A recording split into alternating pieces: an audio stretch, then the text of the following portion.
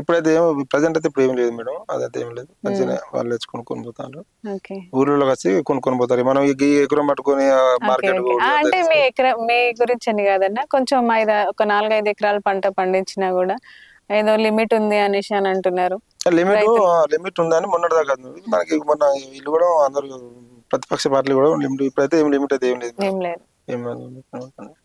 So ఇది ఈ రైతుల పాట మీరు రాశారా?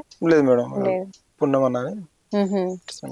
ఓకే, అయితే ఎక్కడ ఒక్క పాట కూడా మీరు రికార్డింగ్ చేయించలే? చాలా బాగున్నాయి మేడం. క్యాసెట్ వేసిన అమూల్య స్టూడియో హైదరాబాద్. ఓకే, క్యాసెట్లు మొత్తం 6 పాటలు రాశానన్నారు కదా అన్నల మీద. మరొక పాట పాడండి. ఓరుగల్లు జిల్లాలోన ఓరావోరి పొరులోన గోదావరి లోయలోన ప్రతిఘటన పొరులోన ప్రజా ప్రతిఘటన పొరులోన ప్రయాణించిన వారేరో నా ముద్దుల మందారం, పులుల లాంటి వారేరో నా ముద్దుల మందారం. ములుగు కాలేజీలోన డిగ్రీ వరకు పూర్తి చేసి పుట్టకూడు ఇవ్వాలేని చెత్త చదువులదని తలచి మాయా మరుమ మెరుగానోడు మంచి మనసు కలిగినోడు సంగములోన సక్కనోడు సాయుధంగా సాగినోన్ని హైదరాబాదుల పట్టిన్రో మాయన్నో మదన్న నగారంలో కాల్చిన్లో రాబందు రకాసోళ్ళు పట్టు వదలని విక్రమకుడు జూబ్లీ నగరు భిక్షాపాతి అన్యాయాలను చూసినాడు చంద్రన్నాగా మారినాడు బంజారు ముదు బిడ్డలు బగు భద్రు నాయకు భూపతి పదాలన్నీ తీర్చాలకి బంధుకూలు ఎత్తినారు. కౌసటి వాజి కాల్పుల్లో మాజన్న చంద్రన్న నేలారాలిన వారేరో బగు భద్రు నాయకు భూపతి. ప్రజా ప్రతిఘటన పార్టీలోన ప్రాణమై నిలిచినోళ్ళు శ్రీహరి తాతన్న బెల్లం కొండల చూమన్నలు లవ్వాల గ్రామములోన ఆదామరచి ఉన్న వేళ హెచ్చరికలు ఏమీ లేక శత్రుముఖలు దాడి చేస్తే నేల రాలిన వారేరో బెల్లం కొండల చన్న వీరామరణం పొందినరో శ్రీహరి తాతన్న.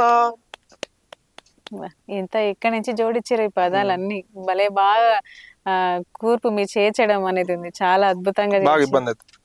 నిజంగా పాడుతుంటే మామూలుగా అయితే ఒక లైన్ పాడగానే ఇంకా కోరస్ అందుకోవడానికి ఈజీగా ఉండే ట్యూన్ ఎంచుకుంటారు, కానీ క్రిటికల్ గా ఉంది మీ ట్యూన్, కొంచెం ఎత్తుల దింపులు ఎక్కువసేపు వెళ్ళిపోతుంది. సో మీ గ్రామం, మీరు ఇన్ని పాటలు అన్నల మీదనే రాశారు కదన్నా, సో మీ గ్రామం సంబంధించి ఏమన్నా పాటలు రాశారు? ఎందుకు అంటే మీ గ్రామం ఏ విధంగా ఉంటది ఇట్లా ఏం రాయలేదు? ఇక్కడ ఏమన్నా స్పెషల్ ఉందా మన ప్రాంతంలో ఏమన్నా? మాకు స్పెషల్ అంటే మేడం, ఇప్పుడన్నా మేము సాధక బాధలు ఎవరు చెప్పుకోవాలంటే గోదాం కాడికి వస్తాం, ఇంటి బాగు ఇన్నే ఉండి ఇంటి బాగు మాట్లాడుకుంటాం. వంటల్లో కూడా పెట్టేస్తాం మేడం, పక్కకు వంటలకు వస్తాం. మా ప్రాంతంలో ఇది మంచి లొకేషన్ మేడం. మంచి లొకేషన్ ఇదే అంటారు. మంచి లొకేషన్. సూపర్. ఎన్ని రాశారు పాటలు మీరు మొత్తం? అంటే మీ బుక్ రాసుకున్నారు కదా, ఎవరన్నా మన మిత్రులు రాసిన పాటలు రాసుకొని మళ్ళీ పాడడం కూడా ఉంటది కదా మేడం బుక్కులలో. మీకు బాగా సపోర్ట్ గా ఉండే వాళ్ళు ఎవరు పాటలలో మీ గ్రామంలో? మా గ్రామంలో సపోర్ట్ వాళ్ళు ఎవరు లేరు. కుమార్ అని భూపాలపల్లి ఉండే, మన రీసెంట్ ఒక పాట పాడడం జరిగింది. ఆయన ఏం పాట పాడారు? అన్నలే మంచోళ్ళు కాకుంటే. అన్నల మీద ఆయన కూడా ఎందుకు, మీ ఫ్రెండ్స్ కాబట్టి ఇద్దరు సేమ్ క్వాలిటీసా? ఏం పాట పాడి వస్తుంది అన్న పాట? అన్నలే మంచోళ్ళు కాకుంటే అన్ని పల్లెలు అన్నలెట్లా ధరించేది, పోరులో నా పేరు లేకుంటే దేశములో అంతా విప్లవం ఎలా విస్తరించేది, బడులు ఎందుకు కడతారు బతుకులను నిలబెడతారు, స్వార్థమెరుగని పోరులో ప్రాణాలు ఎందుకు పెడతారు, అన్నలే మంచోళ్ళు కాకుంటే అన్ని పల్లెలు అన్నలెట్లా ధరించేది, పోరులో నా పేరు లేకుంటే దేశములో అంతా విప్లవం ఎలా విస్తరించేది, దేశములో అంతా విప్లవం ఎలా విస్తరించేది. ఆయన కూడా రాస్తారా? ఎంత బాగా రాసిరు, మస్తు. మీరు మొత్తం అన్నలకే పాటలు. 90% ఎక్కువ అన్నలు ఉన్నారా? ఓకే. అట్లా చేశారు. ఇప్పుడు ఏవి అన్నలు తెలంగాణ ఉద్యమంలో తెలంగాణ వచ్చాక మొత్తం ఇప్పుడు అంటే మీకు ఏమన్నా అనిపిస్తుంది అన్న అన్నలు ఉంటే ఇంకా బాగుండేమో, లేకపోతే ఏమన్నా మీకు ఆలోచన వస్తుంది అంటే అప్పుడప్పుడు వస్తుంది మేడం. ఇప్పుడున్న సిచ్యువేషన్ లో ఇప్పుడు అన్నలు అనేది ఎందుకులే, మన బతుకు మనం బతకాలి అంతే. అంటే ఒక ఫ్యామిలీ వచ్చేసింది మీకంటూ, ఫ్యామిలీ వచ్చేసినాక అన్ని బంధాలు కొంచెం తగ్గిపోతాయి. సో మరి మీ పిల్లలలో ఎవరైనా పాడుతున్నారా పాటలు మీలాగా? ఇప్పుడు నేనే పాటలు ఆపేస్తున్నారు. ఎందుకు మేడం? ఇప్పుడు పాటలు ఇప్పుడు ఏజ్ పడుతుంది, మనం ఆర్థికంగా ఉండాలి. అప్పుడు చిన్న పోరగాలం కాబట్టి. మరి ఆటో తోలుతున్నారు కదా, ఆటోలో మరి మీరే పాడుకుంటూ తీసుకెళ్తారా, లేకపోతే ఏమైనా మైక్ సెట్ ఏమైనా పెడతారా? లేదు మేడం, ఆటోలో నేను ప్యాసింజర్ ఎక్కించుకొని పాటలు కూడా పాడుకుంటా పోతా. అదేం లేదు, పాటలు కూడా పాడుకుంటా పోతా. సూపర్. టైం పాస్ కాకుంటే వాళ్ళు ఆటోలో డెక్కు, ఇప్పుడు నా బండిలో డెక్కు కూడా ఉంటుంది మేడం. డెక్కు పెట్టాను ఒకసారి, నాకు కొత్త పాట వచ్చిందంటే దాన్ని మైండ్ లో పాడుకుంటా, ఆ పాట పాడుకుంటా ఆటోమేటిక్ వెళ్ళిపోతాను. అంటే పల్లె పాటలు ఏమన్నా వస్తాయా? ఓన్లీ అన్నల పాటలు ఇవి మేడం, ఎక్కువ నేను ఇవి ఏంటి మేడం, తెలంగాణ కేసీఆర్ సాంగ్ పాటలు అంటే ఇవి. మీకు ఇంకా మరి ఇప్పుడు 4 అన్నల మీద రాసిన పాటలు 3 అయిపోయినాయి కదా, ఇంకో పాట పాడాలి. వెలిగేనా ఎర్రని సూర్యుడై మా చలమన్నా, నడిచేనా పోరు దారినా మా కృష్ణన్న, నడిచేనా పోరు దారినా. వెలిగేనా ఎర్రని సూర్యుడై మా చలమన్నా, నడిచేనా పోరు దారినా మా కృష్ణన్న, నడిచేనా పోరు దారినా.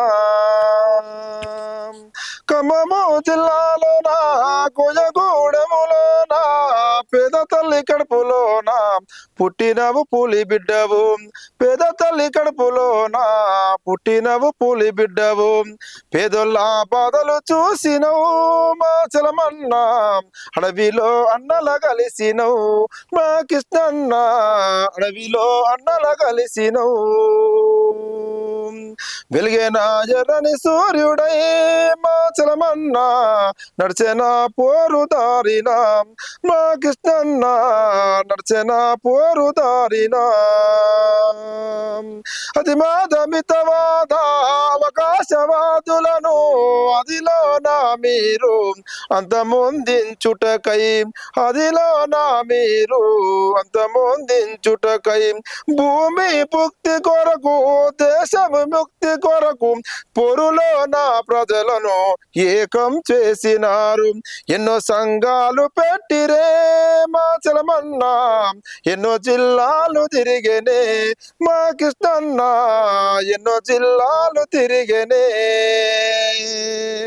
వెలిగేనా ఎర్రని సూర్యుడే మా చలమన్నా, నడిచేనా పోరు దారినా మా కృష్ణన్న, నడిచేనా పోరు దారినా.